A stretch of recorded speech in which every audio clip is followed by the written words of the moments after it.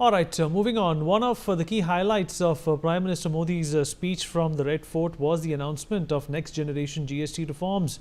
With President Trump's tariff drama at an all-time high, Prime Minister's announcement is a preemptive move to reduce the burden on Indian consumers and industry, while keeping an eye on the effect from President Trump's tariffs on the Indian economy.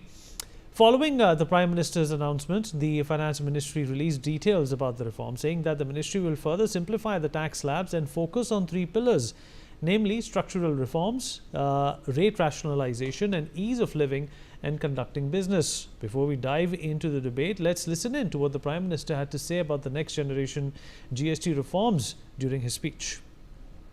Diwali में आपकी double Diwali का काम मैं करने वाला हूं।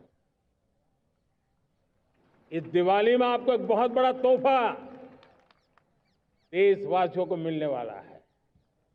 पिछले 8 साल से हमने जीएसटी का बहुत बड़ा रिफॉर्म किया। पूरे देश में टैक्स के बर्डन को कम किया, टैक्स की व्यवस्थाओं को सरल किया और 8 साल के बाद समय की मांग है कि हम एक बार उसको रिव्यू करें।